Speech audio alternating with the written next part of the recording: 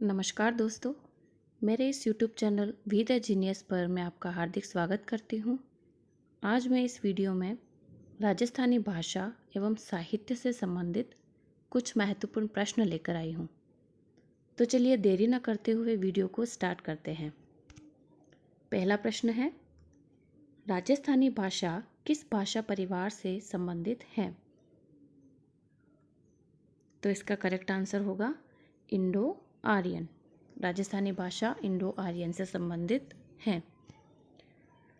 अगला प्रश्न है, ढोला मारूरा दुहा किस भाषा में रचित है? तो इसका करेक्ट आंसर होगा राजस्थानी। नेक्स्ट, राजस्थानी भाषा की प्रमुख बोली कौन सी है? तो इसका करेक्ट आंसर होगा मारवाड़ी। राजस्थानी भाषा की प्रमुख बोली मारवाड़ी है। अगला प्रश्न है, पृथ्वीराज रासो के रचयिता कौन है? तो इसका करेक्ट आंसर होगा चंद बरदाई। अगला प्रश्न, वेली कृष्ण रुक्मणीरी के रचयिता कौन है? तो इसका करेक्ट आंसर होगा पद्मनाभ।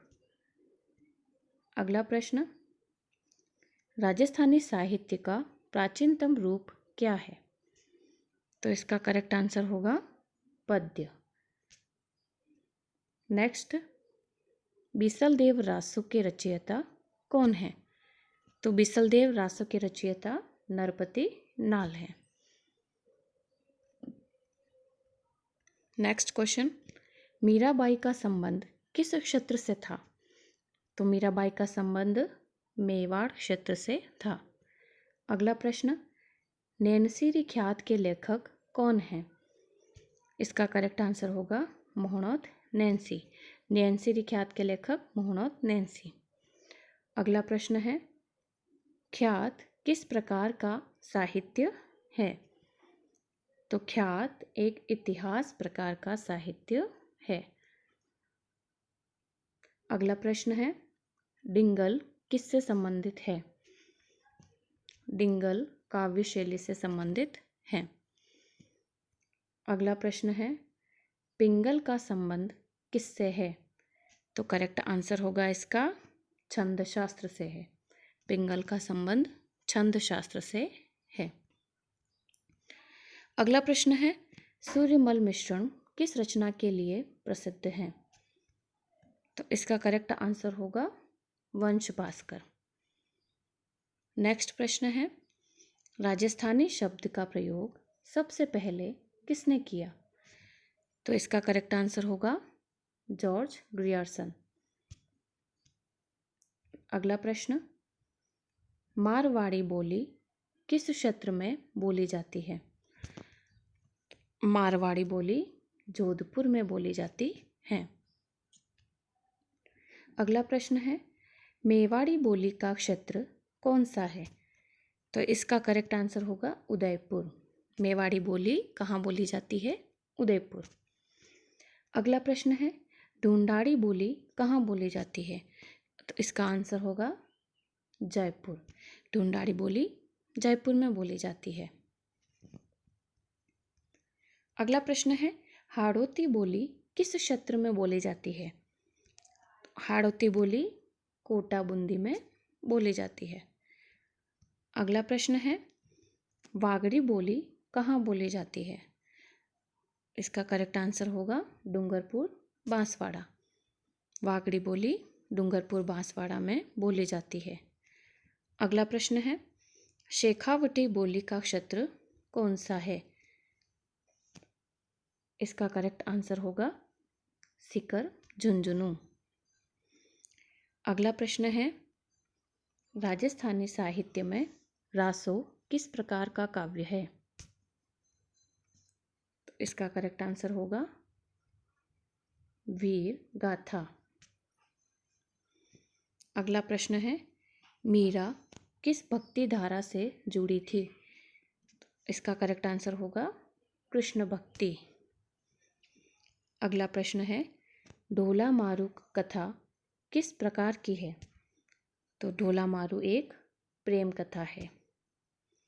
अगला प्रश्न, चारण साहित्य किससे संबंधित हैं? तो चारण साहित्य वीर गाथा से संबंधित है। अगला प्रश्न, भाट किस कार्य से जुड़े थे? तो भाट जुड़े थे वंशावली लेखन से। नेक्स्ट क्वेश्चन, रासो साहित्य का मुख्य विषय क्या होता है? तो रासो साहित्य का मुख्य विषय वीरता होता है। अगला प्रश्न है, पाबूजी की फड़ किससे संबंधित है? तो इसका आंसर होगा लोक कला। नेक्स्ट क्वेश्चन, देवनारायण की फड़ किस प्रकार की परंपरा है? इसका आंसर होगा लोक गाथा। अगला प्रश्न है, चारण किसके लिए प्रसिद्ध थे?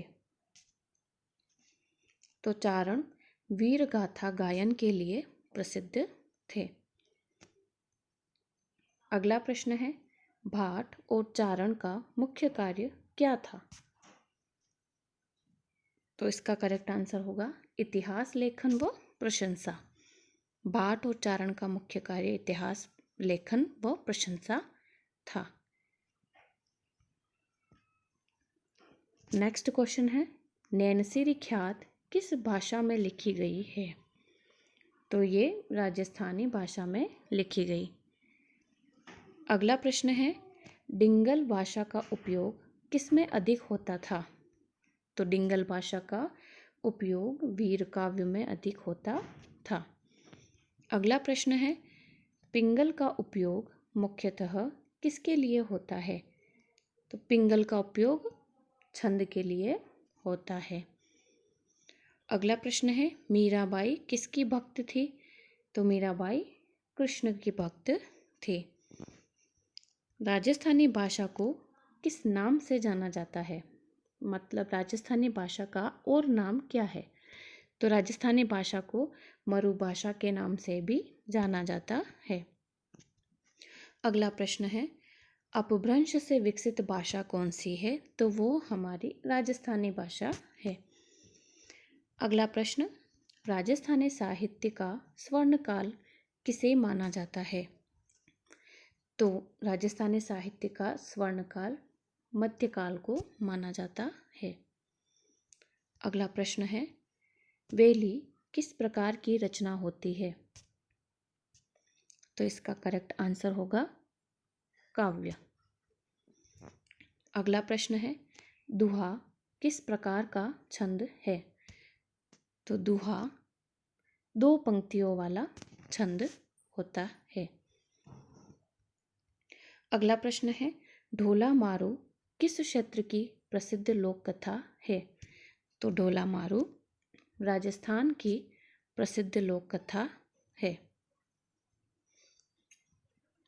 अगला प्रश्न है, राजस्थानी साहित्य में ख्यात का क्या महत्व होता है?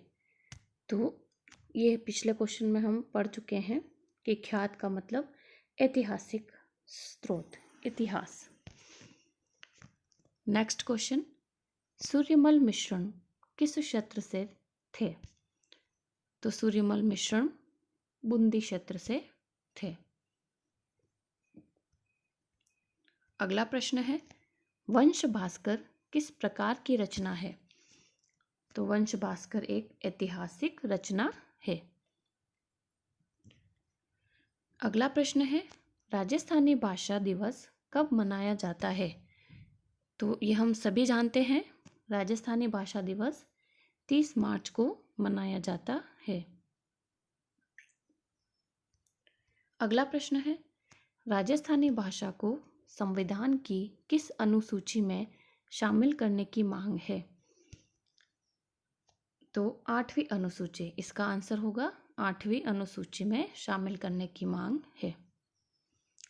अगला प्रश्न है, डिंगल काव्य में किस रस की प्रधानता होती है? तो डिंगल काव्य में वीर रस की प्रधानता होती है।